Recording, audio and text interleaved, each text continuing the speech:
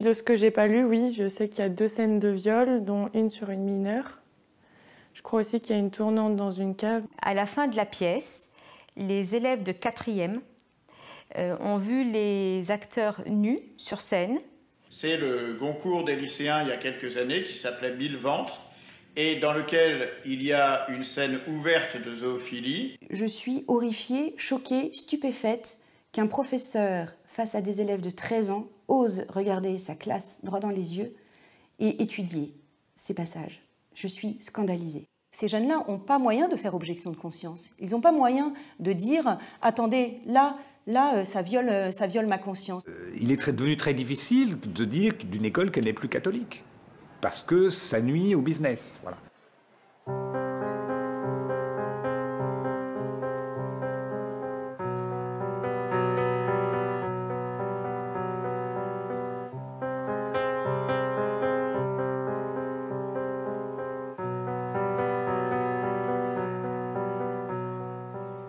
Sexualité à tous les étages, à tous les niveaux. Banalisation de tout, de l'échangisme, de l'homosexualité. On vante une sexualité débridée. Étude de texte avec scènes de pornographie, scènes de viol, scènes de débauche, cours sur la théorie du genre, cours pratiques pour enfants. Tout y passe. Pour expliquer ce qui se passe dans les écoles, nous avons enquêté en Bretagne, en Île-de-France, en Normandie. Et pour la première fois devant une caméra, des élèves expriment leur dégoût, leur trouble face à ce qu'il est convenu d'appeler de l'incitation à la débauche. Ils ont déjà tout vu, ils savent tout sur la sexualité, rétorqueront certains. Alors, des spécialistes répondent dans cette enquête. Vous allez entendre des élèves, des mères de famille, des professeurs et directeurs d'école. S'ils ont accepté de témoigner, c'est parce qu'ils ne supportent plus le silence des autorités ecclésiastiques notamment, du plus grand nombre, l'hypocrisie d'un système éducatif, tant public que catholique sous contrat. Premier témoignage, celui d'une adolescente âgée de 13 ans que nous appellerons Sophie. Sophie est actuellement élève dans une école publique à Paris. J'ai été obligée de faire un exposé sur les préservatifs masculins et donc d'en ouvrir un devant toute la classe et donc d'avoir en quelque sorte la honte devant tout le monde. En quelle classe étais-tu à ce moment-là? En 4e. On a quand même passé 2 trimestres sur la sexualité, donc je trouve en SVT, donc je trouve que c'est énorme. 2 trimestres? 2 trimestres entiers. Qu'est-ce qu'on vous a appris là-dessus? Le fonctionnement des filles et des garçons, tout ce qui se passait pendant la puberté. Il y a eu un cours particulier sur le préservatif, oui, c'est ça? On nous a dit, on nous a même dit qu'on pouvait en avoir gratuitement à l'infirmerie sans que les parents soient prévenus. C'est ce que le professeur de SVT vous a dit? Oui. Oui, on peut prendre des préservatifs et elle nous a dit les médecins, les infirmières sont obligées de ne rien dire aux parents. Donc si on n'a pas envie de prévenir les parents, on peut ne pas le faire. Sophie, 13 ans, choquée d'avoir été obligée d'assister à 2 trimestres de cours sur la sexualité homme-femme en général.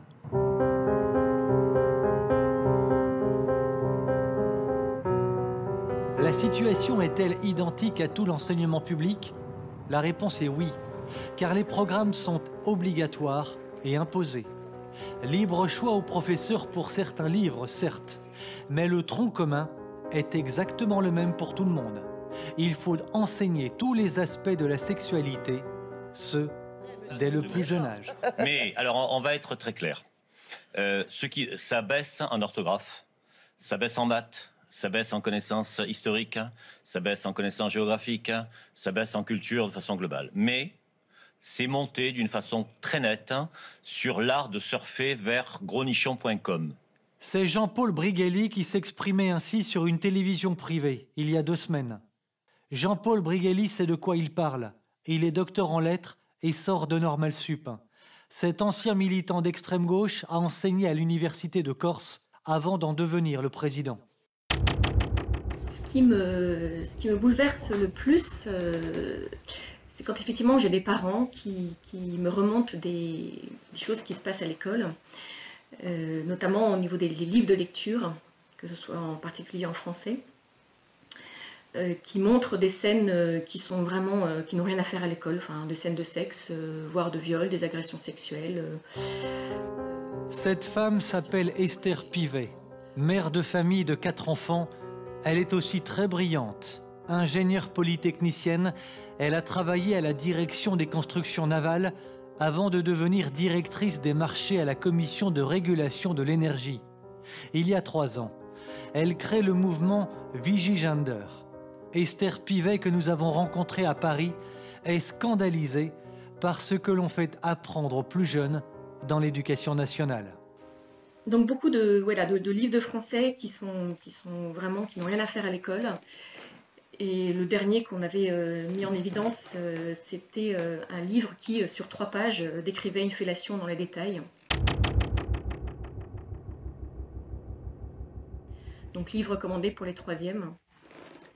Alors le professeur avait trouvé ce livre dans les listes recommandées par l'Éducation nationale et n'avait pas pris le temps de le lire malheureusement.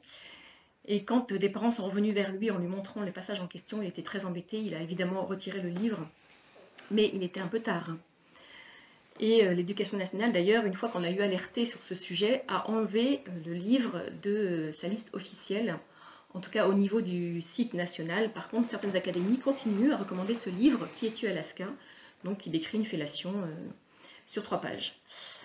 Mais il y a certaines personnes, manifestement, ça ne semble pas les gêner. Voilà, il dit, de toute façon, les enfants ont accès au porno, donc voilà, un peu plus, un peu moins, c'est pas très grave. Moi, ce que je dis simplement, c'est que ce n'est pas le rôle de l'école. Ce n'est pas le rôle de l'école. Peu importe. Depuis au moins 2 décennies déjà, tous les hommes politiques au pouvoir, de gauche comme de droite, cautionnent un mouvement d'envergure que rien ne semble arrêter.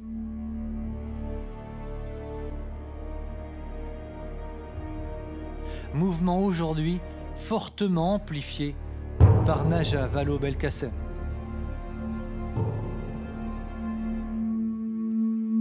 La situation est-elle meilleure dans l'enseignement catholique sous contrat? Certainement pas. À en juger par les révélations qui nous ont été faites au cours de notre enquête, la situation est globalement pire. Nous allons voir pourquoi. Nous quittons Paris juste pour un moment, direction Rennes, en Bretagne. Un contact nous apprend ce qui se passe dans un établissement catholique sous contrat. Saint-Vincent, un collège, un lycée, 2200 élèves. Nous sommes ici devant ce qui est convenu d'appeler une institution. Une institution qui semble faire bien pâle figure lorsque l'on découvre l'envers du décor. Il y a peu, un livre très clairement immonde a été étudié dans une classe de 4e. Je mange la crème caramel quand Boris répond à mon oreille « Impuissant, c'est quand tu bandes pas ». Ça veut dire quoi, bander? C'est quand ton zizi devient dur comme du bois. Ah, je dis, et ça fait mal? J'en sais rien. Et pourquoi il devient dur comme du bois, le zizi? Parce que t'as une érection. Ah, et c'est quoi une érection? Bah, tu viens de la planète Mars, toi, des fois. T'as jamais vu un film cochon? Dans le film cochon, les filles sont vachement maquillées et elles ont des gros lolos et elles pensent qu'à s'asseoir sur le zizi d'un monsieur qui n'est jamais le même. Et des fois, elles le mangent comme si c'était un bonbon. Madame, merci d'accepter, madame, de témoigner. Pour des raisons que vous nous avez expliquées, cette interview se fera donc à visage caché. Expliquez-nous un petit peu ce qu'a vécu l'un ou l'autre de vos enfants à Saint-Vincent, à Rennes, ces derniers temps. Alors, il y a 3 ans, cet enfant était en 4e, il avait donc 13 ans, parce qu'en 4e, on a 13 ans, et son professeur de français, qui par ailleurs enseignait, rares sont les profs de français à continuer à enseigner l'orthographe et la grammaire, donc considéré comme bon professeur de français, a décidé de leur faire étudier une œuvre dite nouvelle, elle venait d'être publiée, qui s'appelait « Autobiographie d'une courgette » de Gilles Paris. On est à la fois dans la vulgarité et sur un registre qui n'a absolument rien de développé. Et par ailleurs, on touche à la pornographie. Et à 13 ans, la pornographie est véritablement vécue pour un enfant comme une atteinte personnelle grave. Et c'est ce que l'on a vécu chez nous, une atteinte personnelle grave, avec une incompréhension et surtout un plébiscite tant du professeur que de la direction, que du président de l'appel. Pour un enfant qui ne connaît pas la pornographie, qui ne connaît pas la sexualité à ce niveau-là en tout cas, une atteinte personnelle réelle. Donc il a été perturbé, il a cessé de dormir pendant à peu près 3 semaines. Cessé de dormir? Oui, c'est-à-dire qu'il dormait par phase de quelques minutes chaque nuit, tel un grand compétiteur, sauf qu'il n'était pas grand compétiteur. Donc les notes, bien évidemment, étant donné qu'il n'était plus attentif en classe, les notes ont chuté. Et c'est comme ça qu'on s'est rendu compte qu'il y avait un problème, que l'on n'avait absolument pas identifié. C'est son comportement nouveau qui vous a interpellé? Oui. Parce qu'il ne vous en parlait pas de lui-même? Non, absolument pas. Il avait les cernes terribles de l'enfant qui ne dort plus. Il avait un comportement irrationnel à table, à savoir que tout à coup, il jetait sa fourchette alors que jamais il ne faisait ça. Bref, un comportement qui n'était pas dans la norme chez nous. Et il nous a interrogés sur ce que signifiait pour nous, couples, le fait de manger un zizi. Alors là, ça nous a interpellés parce que manger un zizi, on voyait bien, nous adultes, ce que ça signifiait. Et on n'imaginait pas qu'il ait pu voir cela à l'école. Le directeur a considéré qu'il s'agissait là de pointes d'humour dans un contexte plutôt noir.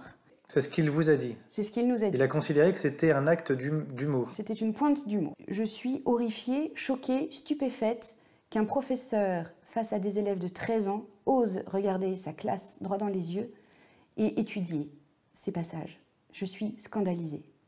Je ne comprends pas comment on puisse autoriser un enseignant à faire lire à des jeunes de 13 ans des horreurs pareilles.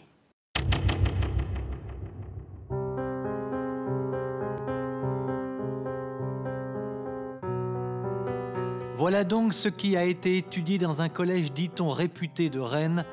Voilà ce qui a été étudié à Saint-Vincent.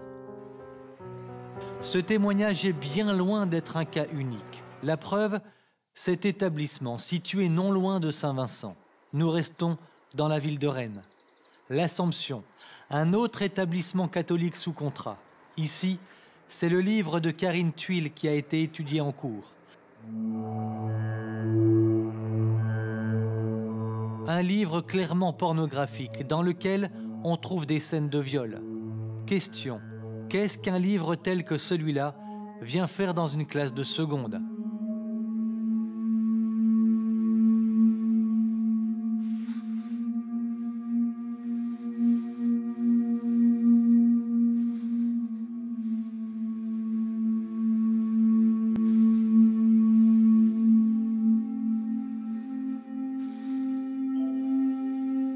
N'y a-t-il donc rien d'autre à étudier ? Tiphaine, 18 ans, a accepté de nous livrer son témoignage. Qu'est-ce qui vous a choqué très vite à la lecture de ce livre ? Dès le début, il présente le personnage comme une bête de sexe. Il est marié, mais sa femme ne lui suffit pas. Donc il a une garçonnière où il va voir d'autres femmes la nuit en donnant des somnifères à sa propre femme pour pas qu'elle se réveille. Ça m'a choquée de lire un livre comme ça en seconde. Je me suis demandé pourquoi je lisais ça, parce que dans le cadre pédagogique, je voyais pas à quoi ça servait, parce que normalement c'était pour comparer avec le livre de Guy de Maupassant, Belle Amie, et je voyais pas trop la comparaison s'afficher en lisant ça, quoi. Donc, Parce qu'il y a vraiment des scènes qui sont clairement choquantes. Oui, de ce que j'ai pas lu, oui, je sais qu'il y a 2 scènes de viol, dont une sur une mineure.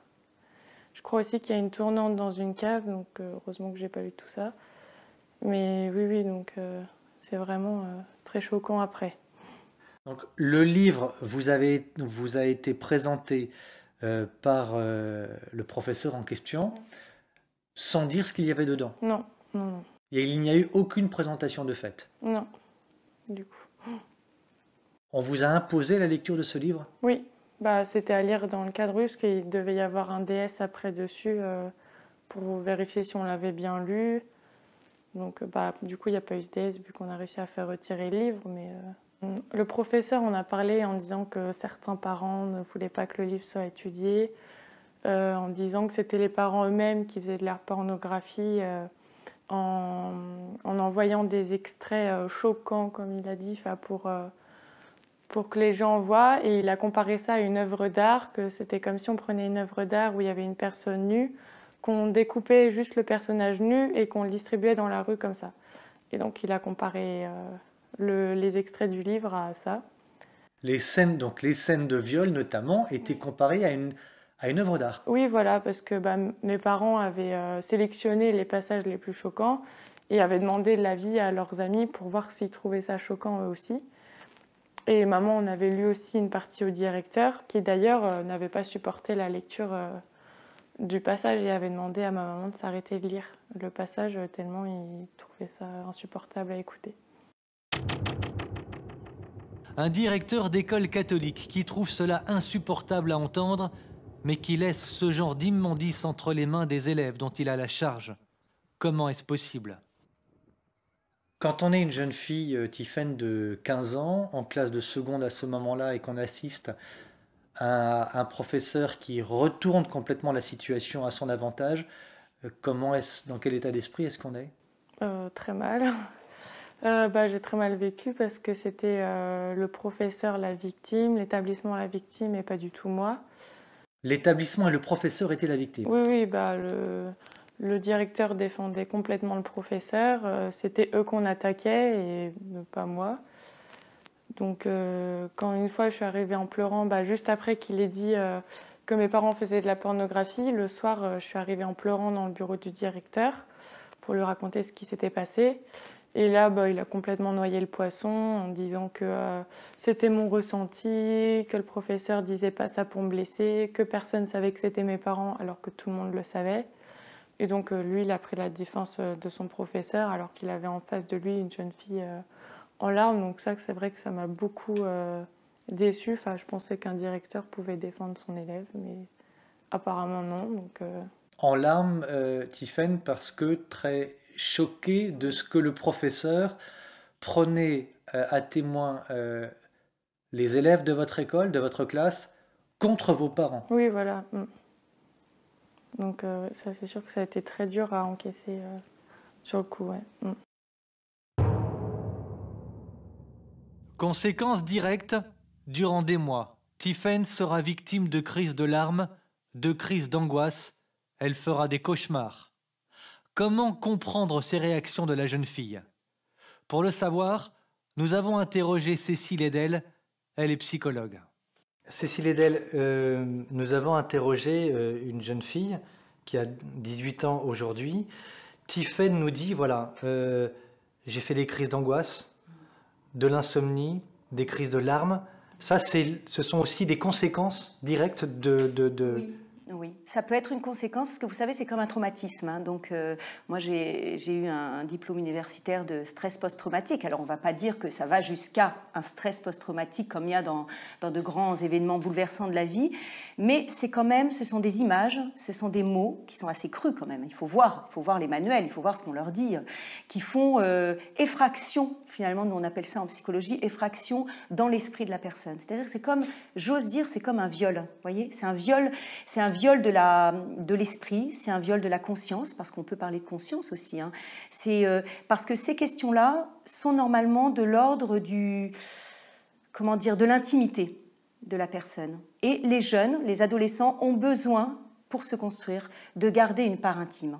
C'est très important. C'est un peu leur jardin secret, c'est un peu leur intimité. Alors quand des adultes, où normalement ils ont confiance dans l'adulte, c'est naturel, ils ont confiance dans l'adulte, à ce moment-là, se mettent à parler avec des mots crus, se mettent à leur montrer des images qui les traumatisent, qui les choquent, l'adolescent n'a plus confiance en l'adulte. Il se dit, cet adulte qui est normalement le rempart pour me protéger, eh bien d'un seul coup, c'est lui qui va me soumettre à du stress, c'est lui qui va me soumettre à un traumatisme, c'est lui qui va me soumettre à des images qui sont violentes, donc je ne peux plus avoir confiance. Alors, ce qui se passe, c'est que certains adolescents n'ont plus confiance en l'adulte, vont perdre confiance en leurs parents, perdre confiance donc en tous les adultes.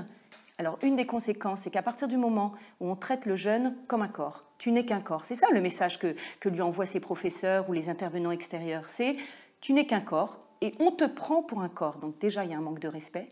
Donc c'est comme ça qu'on voit des adolescents développer l'anorexie, développer des symptômes d'anorexie, même de boulimie, voire les deux, parce que les deux peuvent aller ensemble, des troubles du comportement avec des conduites à risque.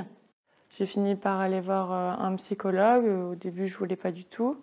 J'aurais jamais pensé aller chez un psychologue. Le médecin m'a prescrit pendant 1 mois et demi des somnifères pour que je récupère un peu. Aujourd'hui, ça va mieux, mais même quand parfois, ça m'arrive encore de faire des cauchemars sur ça, alors que ça fait quand même... Aujourd'hui encore, oui.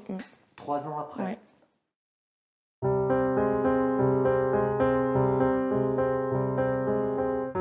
Autre établissement catholique sous contrat. Cette fois, cela se passe dans une petite ville au sud-est de Paris, dans le Val-de-Marne.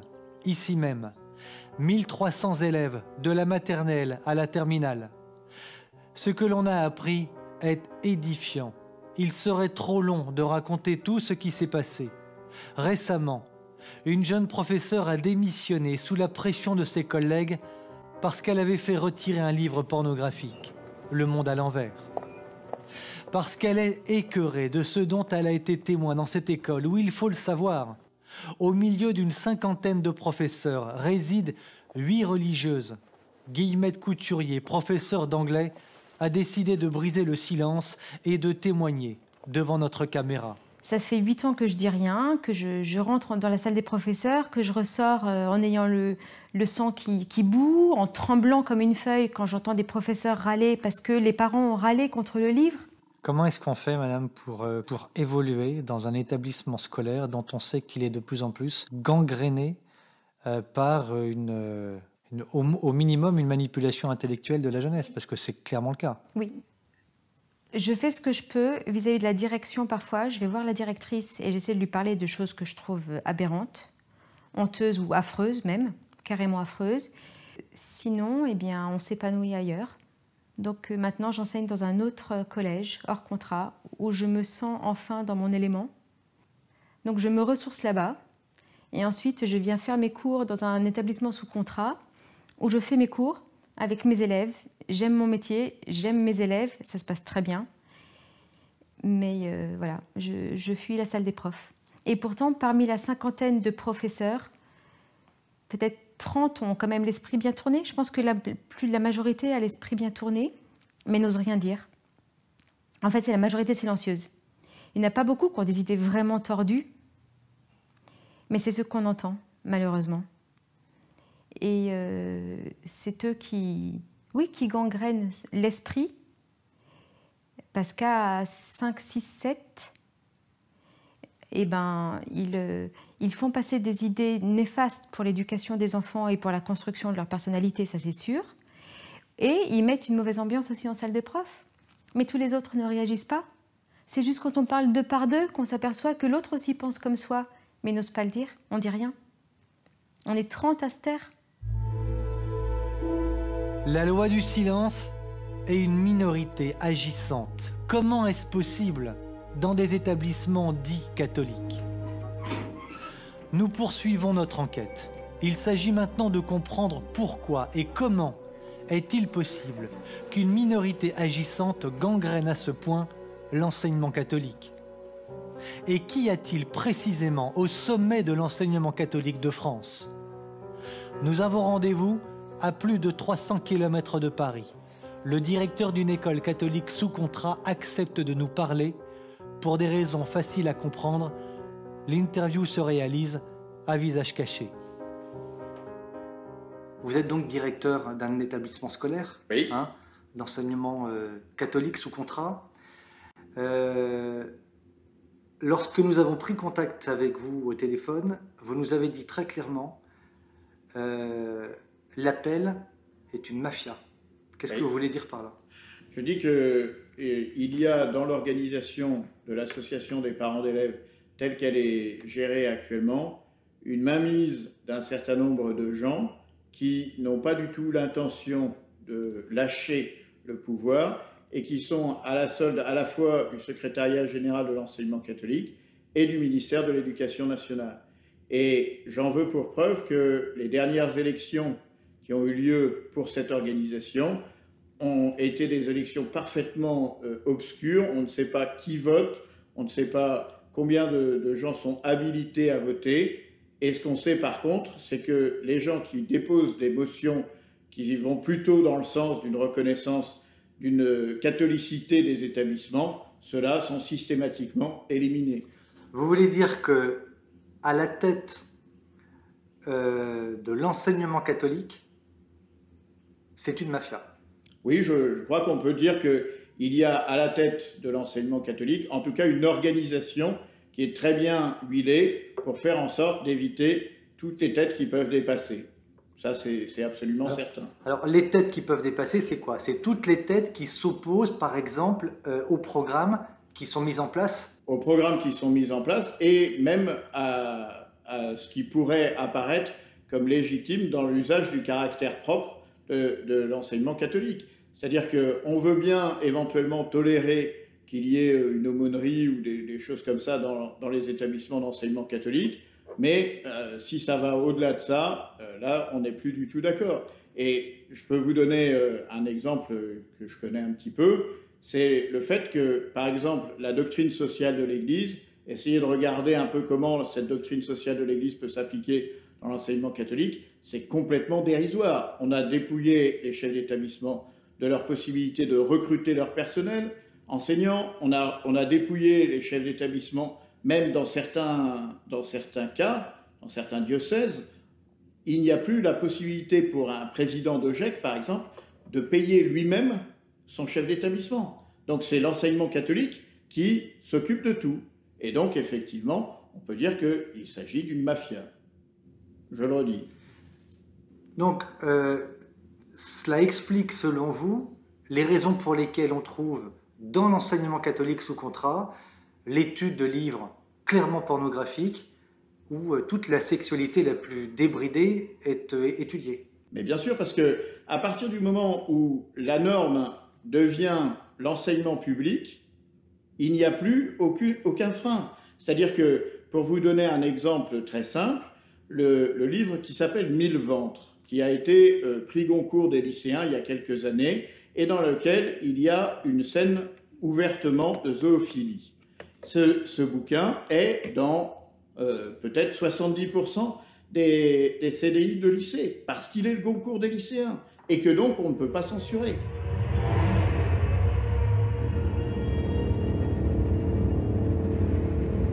L'école dite catholique, dite libre, n'a en fait plus grand-chose de libre. Avant la loi Debré de 59, les écoles s'auto-géraient toutes seules au niveau local. Depuis, après être passées au-dessus des appels, l'association de parents d'élèves, une usine à gaz lourde de 915 000 membres, on a supplanté aux écoles une direction nationale qui a tout aspiré, tout leur pouvoir, y compris, par le biais de la collégialité, le pouvoir des évêques. Aujourd'hui, c'est donc le secrétariat général à l'enseignement catholique qui dirige, via les directions diocésaines, les écoles sous contrat. En fait, une centralisation excessive qui repose sur des bases illégitimes. Et puis, on a centralisé tout ça. Le secrétariat général s'est mis à nommer les professeurs à la faveur de la loi Debré. Il s'est mis à nommer les directeurs. Il a pris les pouvoirs, ce que faisait l'appel, ce que faisaient les OGEC. Tout ça a été centralisé dans un organisme diabolique qui s'appelle le CODIEC, qui fonctionne de manière collégiale, donc qui, étant collégial, se réduit au plus petit dénominateur commun, et surtout, il est très facilement pénétrable par de l'entrisme. Et du coup, on est dans une situation où il y a une interpénétration, tous les organismes sont composés des mêmes gens, les uns siègent chez l'autre, donc on dialogue avec soi-même. Et du coup, quand il y a une affaire, tout le monde est mis en cause. Le secrétariat général, s'il admet qu'un directeur fait pénétrer dans l'école des livres abominables, il l'a nommé lui, donc il défend. Donc il y a une espèce de loi du silence. Et puis surtout, tout ça est une grande organisation qui favorise les carrières. Souvent, c'est des agrégés qui prennent la tête de ça. Quelquefois d'ailleurs, le président de l'appel devient le secrétaire général. Et donc quand les parents... il est devenu très difficile de dire d'une école qu'elle n'est plus catholique, parce que ça nuit au business. Voilà. Au livre dont nous venons de parler, nous pourrions ajouter celui-ci, le livre d'Annie Ernaux, dans lequel on trouve notamment des allusions récurrentes à la masturbation. Livre étudié à Saint-Vincent, à Rennes, dans un cours de français en terminale. Et on apprend à l'instant qu'un autre ouvrage, vantant celui-ci les mérites de la GPA, est étudié en cours d'anglais. Les affaires scandaleuses de ce type continuent donc, à Rennes comme ailleurs, des établissements bénéficiant pourtant de la marque enseignement catholique. À ce stade de notre enquête, il y a une question à se poser. Les autorités nationales et locales de l'enseignement catholique réagissent-elles oui ou non face à de tels scandales? Nous sommes presque obligés de répondre par la négative. Pourquoi? Parce qu'elles ont connaissance des faits ici et là, mais tout cela est rapidement étouffé dans l'œuf. Il ne faut surtout pas faire de vagues. À Rennes, nous avons appelé la direction de la communication de l'archevêché pour tenter d'avoir des réponses à nos questions. Savoir par exemple s'il est normal que des élèves étudient des ouvrages dans lesquels on trouve des scènes de viol. Aucune réponse, mais nous sommes habitués. Nous avons appelé la direction diocésaine de l'enseignement catholique. Au téléphone, Jean Matos, considéré comme le bras droit de l'évêque, un certain Monseigneur d'Ornelas. L'intéressé, après avoir assez vite perdu ses moyens face à des questions pourtant simples que nous lui posions. Par exemple, qu'est-ce qui est prévu pour les jeunes vivant particulièrement mal la lecture de ces ouvrages? L'intéressé nous a dit qu'il n'avait pas l'autorité pour se prononcer sur de telles questions. Pourtant, Jean Matos dispose manifestement d'une pleine autorité pour donner des conférences ici et là sur l'éducation sexuelle, comme on peut le voir en faisant de rapides recherches sur Internet. Finalement, n'y a-t-il pas dans ce dossier une gigantesque hypocrisie? Dans ce système où on ne cesse pas de nous parler du bien-être de l'enfant, de l'épanouissement de l'enfant, ce sont d'ailleurs toujours les mêmes mots qui reviennent: amour, paix, partage, bienveillance, par exemple. Si certains établissements catholiques résistent encore un peu à cette vague nauséabonde de ces livres et de ces idées, la question que l'on est en droit de se poser est la suivante: existe-t-il en France aujourd'hui encore des établissements vraiment catholiques? À l'écoute de ce reportage, de cette enquête, et pour se défendre, il est fort à parier que certains évêchés se poseront, comme à leur habitude, en victimes.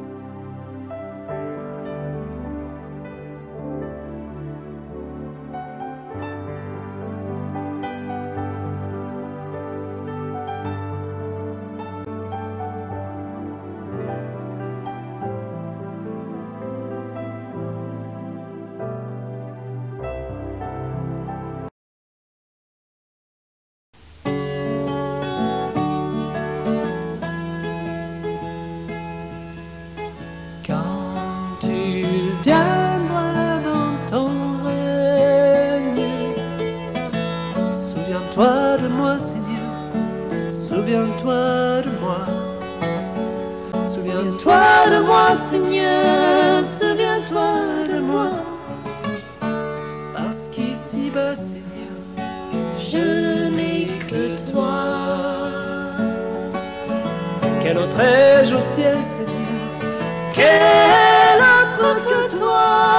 Et sur la terre, Seigneur, je suis étranger. Je ne prends plaisir qu'en toi, Seigneur.